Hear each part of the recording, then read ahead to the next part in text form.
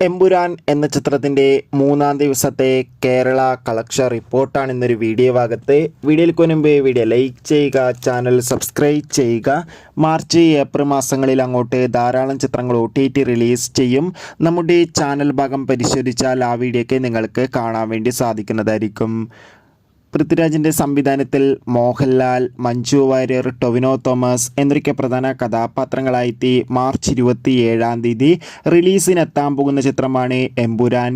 ഇനി വെറും ദിവസങ്ങൾ മാത്രമേ ഉള്ളൂ എമ്പുരാൻ എന്ന ചിത്രത്തിൻ്റെ റിലീസിനായി കാത്തിരിക്കാൻ. അതുകൊണ്ട് തന്നെ എല്ലാ സിനിമാ പ്രേമികളും ഒരേപോലെ ചിത്രത്തിൻ്റെ ഓരോ ദിവസത്തെ ഓരോ പ്രീസെയിൽ കളക്ഷൻ റിപ്പോർട്ടും അറിയാൻ വേണ്ടി ഏറെ ആകാംക്ഷയോടെയാണ് കാത്തിരിക്കുന്നത്. ഫൈനലി ചിത്രത്തിൻ്റെ 3 ദിവസത്തെ ഏറ്റവും പുതിയ പ്രീസെയിൽ കളക്ഷൻ റിപ്പോർട്ടൊക്കെ പുറത്തുവന്നിരിക്കുകയാണ്. ഇപ്പോൾ ഇതാ കേരളത്തിൽ നിന്ന് മാത്രം പ്രീസെയിലൂടെ ഏകദേശം 10 കോടിക്ക് അടുത്ത് വരെ കളക്ഷൻ നേടിയെടുക്കാൻ വേണ്ടി സാധിച്ചു എന്നാണ് ട്രാക്കിംഗ് റിപ്പോർട്ടുകൾ സൂചിപ്പിക്കുന്നത്. എന്തായാലും കൂടുതൽ ഒഫീഷ്യൽ കളക്ഷൻ റിപ്പോർട്ടിനായി നമുക്ക് കാത്തിരിക്കാം.